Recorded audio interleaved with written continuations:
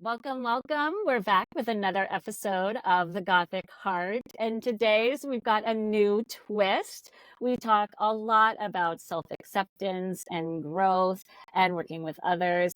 And we have yet to have discussed that in terms of art. So today is extremely exciting. We've got Lacey here, an artist from West Virginia and vice president or VP of the Pigment Sanctuary. And they are going to explain all about how those things are actually connected. So excited to be here. And Lacey, why don't you go ahead and introduce yourself?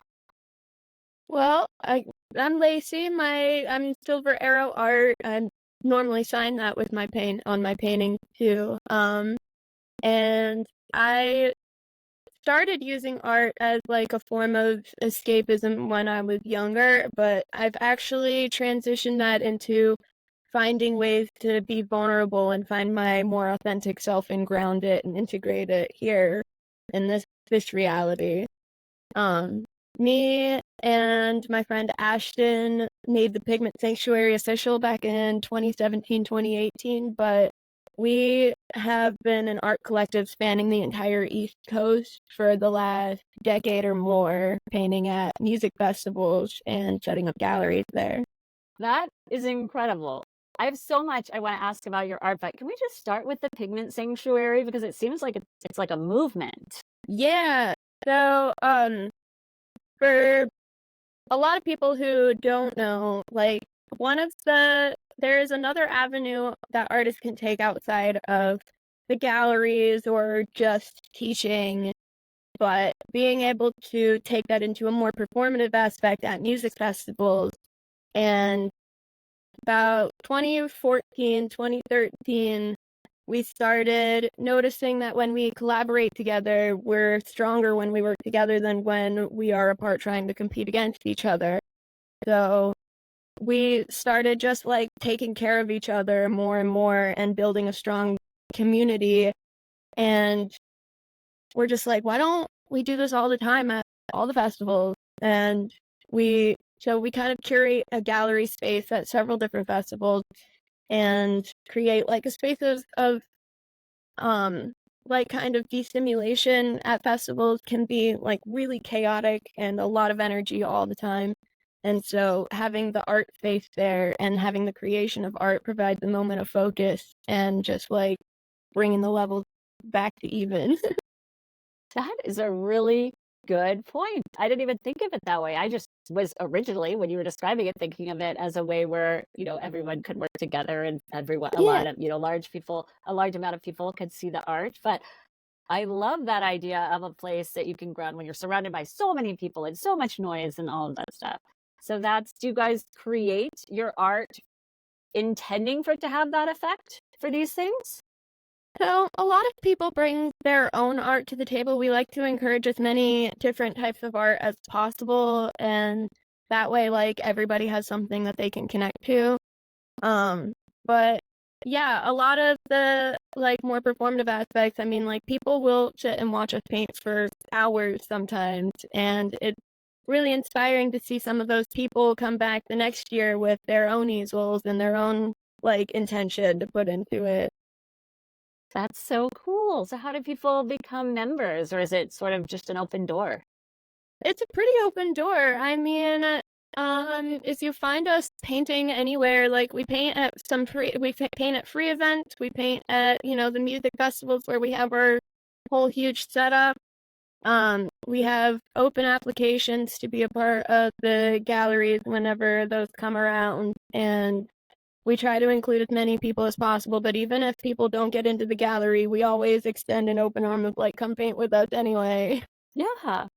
And just the underlying basis or mission of the Pigment Sanctuary is something I'm always trying to bring with everything. Like, we're better together. We're not in competition with each other, even fellow jewelers.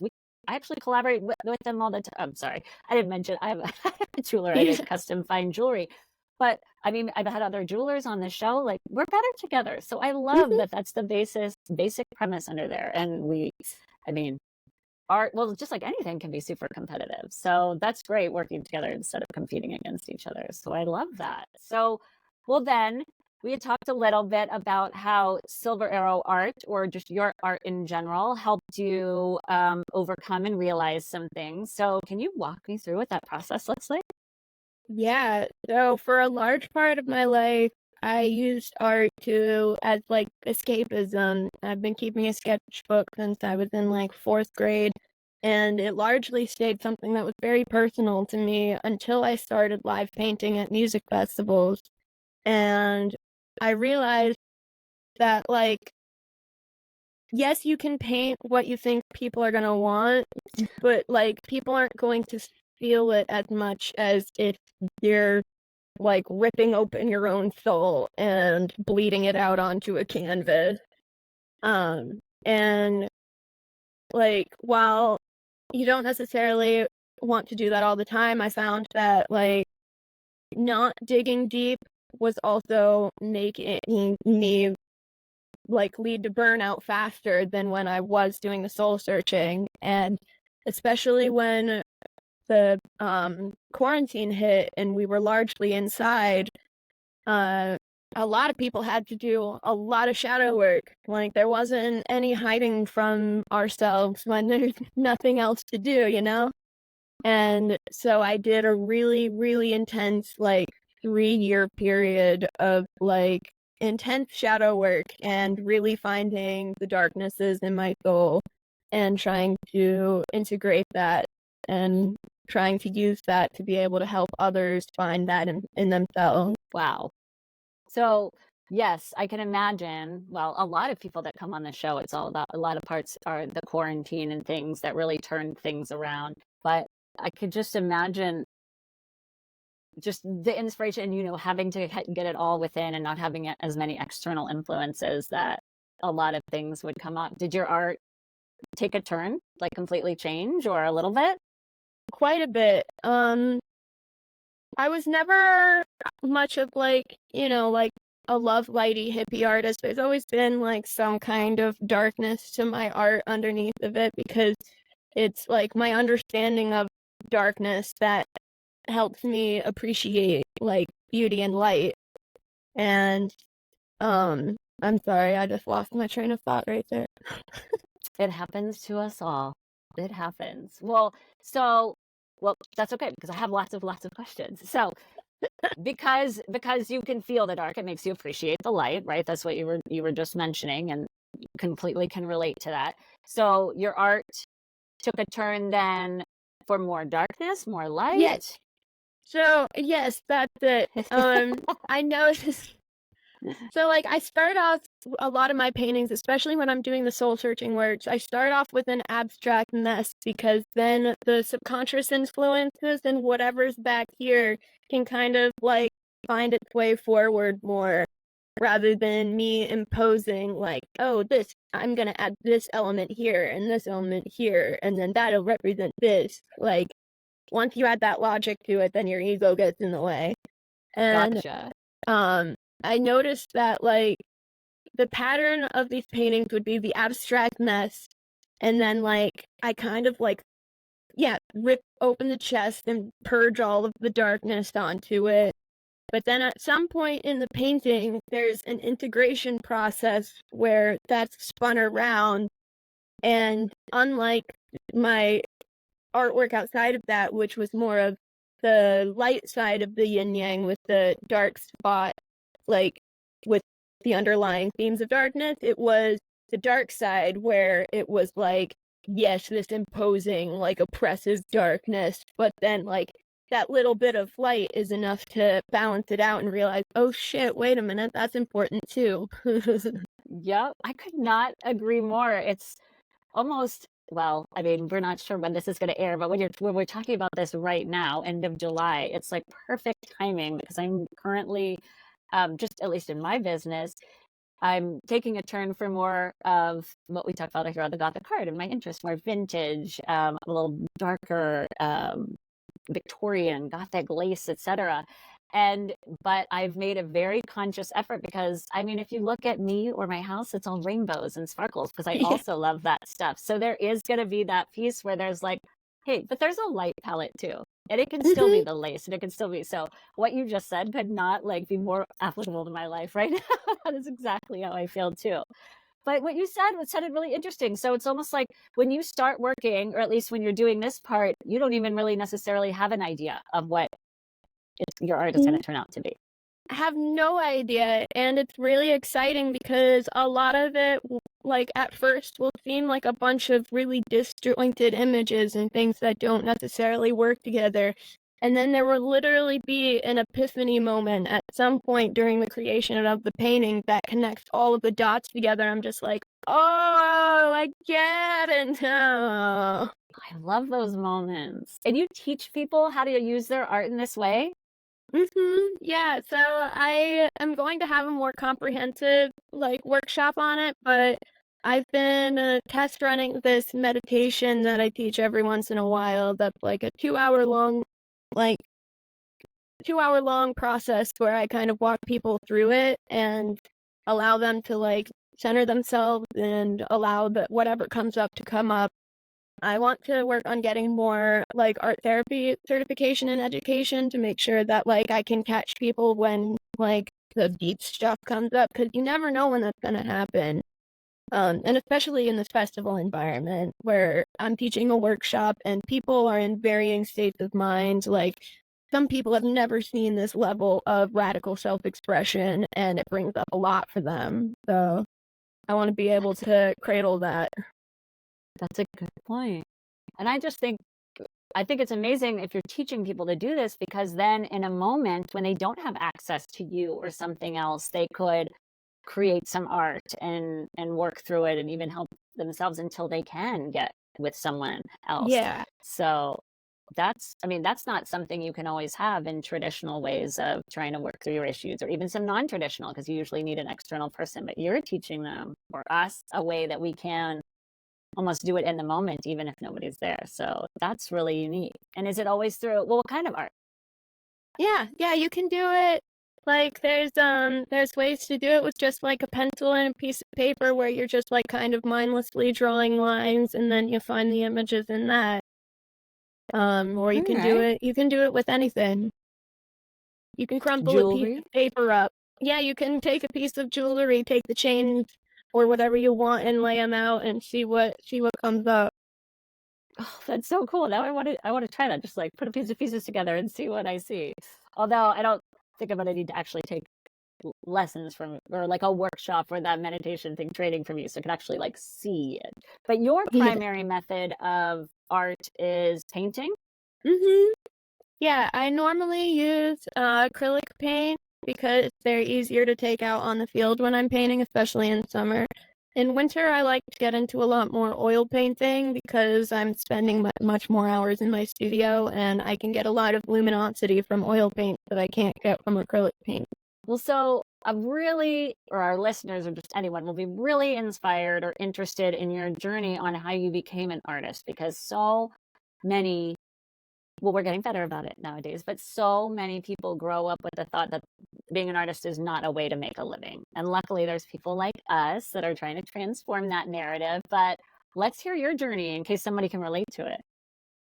So, even when I was in high school, I did not anticipate becoming an artist professionally. It was actually because of the people that told me that I couldn't do it, and like I love him, but my dad was one of those people. He's scared, parents always want their kids to be successful, but um yeah, those people really drove me to being like, you know what, I'm gonna show on you, I'm gonna do it. Um Yes, that's how I am too. yeah, and it was literally because of music festivals and music festival galleries and building the community that I have that I'm able to do it. Definitely community. That's something we talk about on here a lot, like finding the people who will support you or who are supporting you or have like minds and interests. Yeah, and like one thing that's been really beautiful about being with the same people for 10 years is that we can transform each other's like thought patterns and help build each other up in ways that I didn't really realize until I go and hang out with other friend groups and like just like the subtle communication differences that, like, we actively build each other up no matter what. Like, even if we're messing with each other and heckling each other, we'll be saying compliment with, like, like an angry tone, like, that art is so pretty. Do you understand how cool you are? God. And then walk away all frustrated. But really, like, rather than like the self-deprecating talk that a lot of people use to talk about themselves and each other. And that inner voice. Ugh. Yeah, and like, yeah, sure, sometimes comedy via self-deprecation is a way to keep us humble, but a lot of the times it's rooted in things that we're actually insecure about. And so when we say something to self-deprecating and immediately one of our friends is just like says the same thing but with a positive spin on it, and they're just like, oh, so actually you mean XYZ, then you're just like, oh, I feel good about myself now. That's exactly what I try to do with my daughters. Well, my oldest right now. I've said it before on other episodes, but she's got a really mean inner voice, and she's only 9, so I'm trying to help her actually look at the facts and try to turn it around. So I love that you put it that way. So that's cool. And I mean, just keeping something going for 10 years in the same group of people, I mean, that's incredible. And I mean, I just can't even imagine all of it down the East Coast. Well, I know the East Coast states are smaller and they're closer together. Like, I used to live in California, and we're not, there's just maybe Las Vegas. I don't know. But so how do you guys all work that out? Or it's just you guys meet up at all the music festivals? The music festivals keep us coming back, and then we started having events outside of the regular festival season to make sure that we're still like getting together and like something outside of like the work environment, because the festival is still work for us. We go and we spend like 3 days setting up a massive gallery with all of the lighting and art and everything, and then we spend all weekend hustling our art and like trying to work on our own art while still having these like really deep experiences with people. And then we tear it all down. And so it's nice to also have things outside of that we can come together for, like workshops or art parties and things like that. The other part, yes, because I can see the way you just described it. Like, music festivals could probably be pretty draining, especially if you're working with people. And yeah, I could definitely see that. So, and a lot, like, I didn't even think about the lights and everything, but of course, I mean, how else are you going to see it? So and how the unpredictable weather. Oh, that's another good point. Yes. Well, it's getting more unpredictable by the, I don't know, week. I feel like we had one year at a festival, the whole gallery came down because there was a tornado on the mountain with softball-sized hail that was terminated, so it was spiky. Oh. I was literally hiding under my table in 1.5 feet of water thinking that, like, everything was going to be destroyed and I'd be lucky to make it out. Man, weather, yes. You never know. You do never know, because I'm like, well, I'm not a music festival expert, but I'm thinking like a large chunk of them are in the summer seasons, right? Definitely because of weather. But yeah, you can't even count on that anymore. Like, we're all having crazy weather. I read something about like recently there was snow, even though it's like 90-degree weather somewhere on the East Coast. I was like, what is happening? Oh, crazy. Well, so where can people then buy your art or see it or view it? Well, I'm on most social medias. I'm most active on TikTok and Instagram. And then I have my website too, which I try to keep pretty updated. I'm about to add a whole bunch of more things from the last festival that I still have. So that's silverarrowart.com. And then social media is at silverarrowart. Okay. That's nice and easy. And we'll put all the links below in the show notes too, because I want to make sure that that people can find you. But you also have a podcast. So I didn't want to forget to bring that up, because people who are finding like this content or the art therapy that you're sort of launching into and working interesting, I'm sure they'll want to listen. So can you tell us a little bit about it? Yeah, so me and my friend Shannon Shine started a podcast called We Are Artists, and we have a lot of discussions with ourselves about like the festival experience, yes, but also the art life experience, advice, triumph, and tragedies and what art has done for us on a very vulnerable level. And then we also interview other artists who get their story as well and help them tell their story better and be vulnerable. Can you just imagine, like, even like, I don't know, I was going to say 50, but even like 20 years ago, people in business, like you weren't supposed to be vulnerable. You had like this professional shield, right? And nowadays, I mean, I'd much rather connect with the person behind the business and then like their stuff, you know? Yeah, So it's a I really love that. beautiful thing. I really feel like, I mean, for as many evils as social media has brought, one thing that it has also brought is a radical sense of vulnerability and people learning how to express themselves better. Absolutely. I could not agree with that more. And I hope that trend continues. We'll see, because the other flip side of that is, oh well, no one talks to each other anymore. Well, but we do, and we talk to more people, and we can find people with our interests and communities, even if they're across the world. So that's actually a big bonus, at least in my mind. I mean, I think so. Yeah, all right. See, so I got at least you on my side. So you do mostly paintings and anything. You ever do any other kind of art? Because I'm just like super into your necklace and your hat and things underneath and your earrings. So I'm like, is this you, a friend? What is it? I mean, yeah, so I decorated the hat. This is just a belt that I had and some gifts. I like to decorate all my hats with different relics and doodads that I pick up. And then this earring is a piece of charcoal that I took from an art class where we had a very intentional eclipse ceremony, and this was Piece of the Fire. And this was a vertebrae that one of my friends gave me. And then I made this necklace. You did make them. Yeah. I like to dabble in a bunch of different arts and keep my hands busy. They all inform each other. And then these were a bunch of bones that I found at the local river, and I turned them into a necklace. And awesome. See, jewelry with meaning. Huh? Yeah. I said jewelry with meaning. I mean, that's why I want to do custom, so I can put meaning into it. And so all of your pieces are special meanings for you and things that you did. So that's the best part. Yeah. And then I made this ring a long time ago, and I've been carrying it as like my power piece ever since. It's like my little satellite dish for receiving good energy. Oh, I love that piece. I had some people on recently that put some like alchemy and grounding into their jewelry pieces and their rings, especially, so that they could, touch them and help them ground themselves or pull out from them. So that's really cool. I mean, yours is even more symbolic of that, with it almost with that being like a little bowl shape. So that's really cool. And now, of course, since we talked about these, we're going to need some pictures so we can show them for our listeners. So I can put some pictures of those in the show notes. For sure. Otherwise, they're going to have no idea.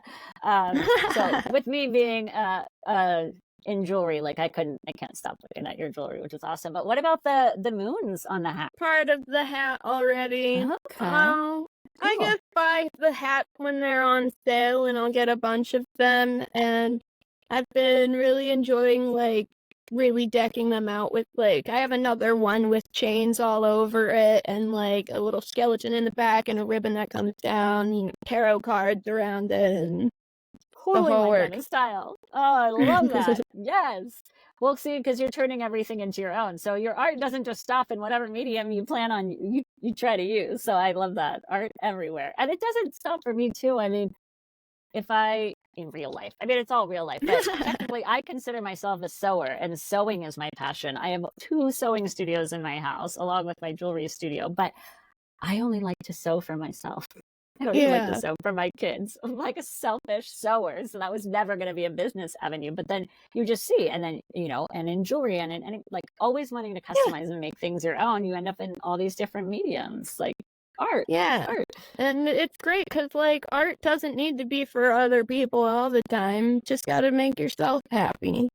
Exactly. When I'm not in the sewing room for a while, or not in the studio because I've got too much, computer stuff or social media or whatever, the 9 million hats we have to wear as entrepreneurs, I start to get I need to get in there.